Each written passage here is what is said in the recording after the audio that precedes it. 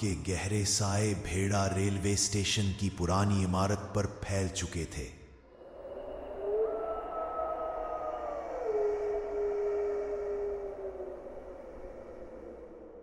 सर्द हवा पटरियों पर से गुजरती खुश्क पत्तों को अपने साथ घसीटती जा रही थी।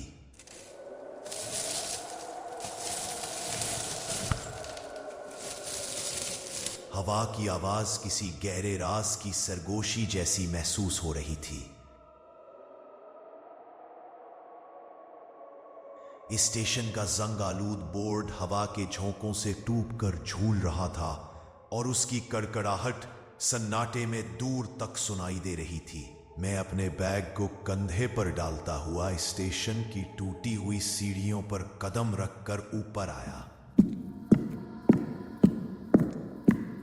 हर कदम की चाप पत्थरों पर गूंजती, फिर खाली हॉल में फैलकर लौट आती।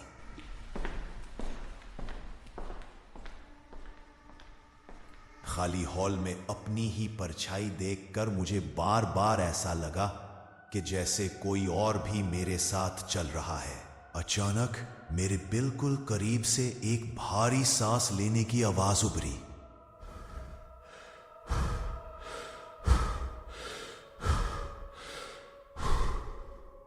मैं चौंक कर पीछे मुड़ा।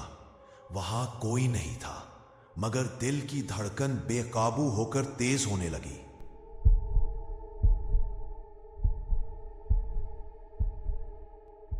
मैंने जल्दी से मोबाइल निकाला और उसकी टॉर्च ऑन की। रोशनी की लकीर दीवारों और पुरानी बेंचों पर रेंगने लगी। एक लकड़ी की बेंच हल्की सी हिली, जैसे अभी अभी कोई उस पर से उठा हो। मेरा गला खुश्क हो गया। मेरी नजर प्लेटफॉर्म के दूसरे सिरे पर पड़ी। वहां एक लंबी और पतली सी परछाई जंबिश ले रही थी। वो आम इंसान की नहीं थी, बल्कि जमीन पर रेंगती और घसकती हुई मेरी तरफ बढ़ रही थी। उसके साथ ही एक अजीब सी खरचने की आवाज गूंजने लगी, जैसे नाखून पत्थरों पर रगड़ रहे हों।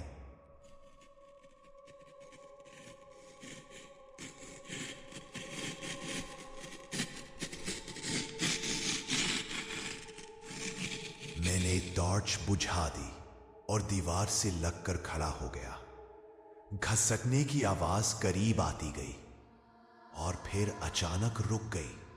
मुकम्मल खामोशी छा गई। मैंने आंखें जोर से बंद करके दुआ मांगना शुरू कर दी और ऐन उसी वक्त मेरे कान के बिल्कुल करीब किसी ने सर्द और फीकी आवाज में सरगोशी की।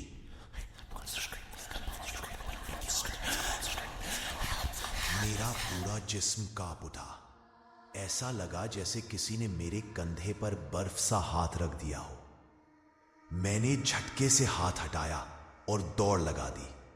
कदमों की आवाज गूंजने लगी और खाली हॉल में मेरे भागने की बाज़गश्त डरावने अंदाज में दोहराई जाने लगी।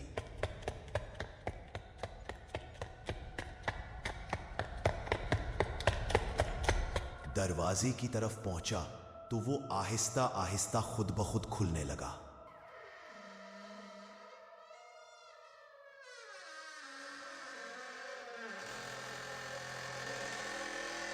आवाज ऐसी थी जैसे जंग आलूद कब्जे कराह रहे हो। उसी लम्हे स्टेशन के अंदर से एक खोखली हंसी उभरी।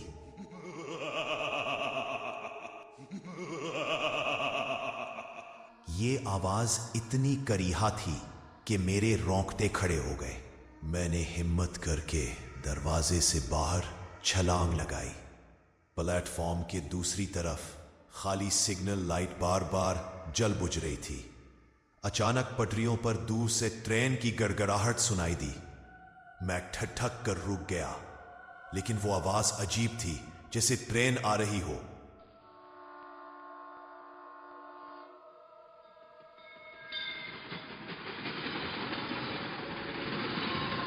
मगर धुआं, हेडलाइट या इंजन कहीं नजर नहीं आ रहा था। पटरियां हिलने लगी, जंजीरों की आवाजें सुनाई दी और हवा में जलती हुई लकड़ी की बू फैल गई, जैसे कोई पुराना हादसा दोबारा जिंदा हो रहा हो। मैंने भागने की कोशिश की, मगर जमीन भारी लगने लगी, जैसे पांव किसी दलदल में धंस रहे हों। इसी लम्हे मेरे सामने प्लेटफॉर्म पर एक शख्स नमूदार हुआ। उसके कपड़े फटे पुराने थे, चेहरा जला हुआ और आंखों के खाली सॉकेट मेरी तरफ देख रहे थे। उसने धीमी मगर लरसती आवाज में कहा, हम यहीं दफन है, हमें चैन से सोने दो। मेरे कदम बेइख्तियार पीछे हटने लगे और फिर अचानक वो मंजर बिजली की तरह गायब हो गया। खामोशी छा गई, सिर्फ सर्द हवा बाकी थी। मैंने हिम्मत जमा की और स्टेशन से बाहर की तरफ दौड़ने लगा, मगर हर रास्ता वापस उसी प्लेटफॉर्म पर ला रहा था, जैसे स्टेशन एक दायरा बन गया हो जिससे निकलना मुमकिन ना हो।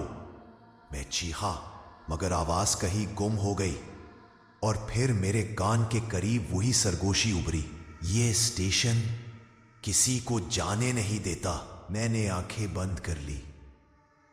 जब खोली तो खुद को स्टेशन के ऐन बीच में पाया।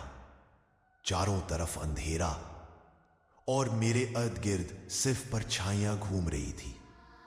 कहानी खत्म नहीं हुई, क्योंकि भेड़ा रेलवे स्टेशन आज भी अपनी जगह खड़ा है और लोग कहते हैं जो रात के वक्त वहां कदम रखे वो अक्सर वापस नहीं आता। अगर ये कहानी आपको पसंद आई हो तो हमारे चैनल को सब्सक्राइब करें।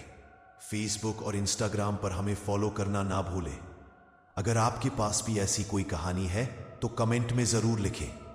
हो सकता है अगली एनिमेटेड कहानी आपकी हो।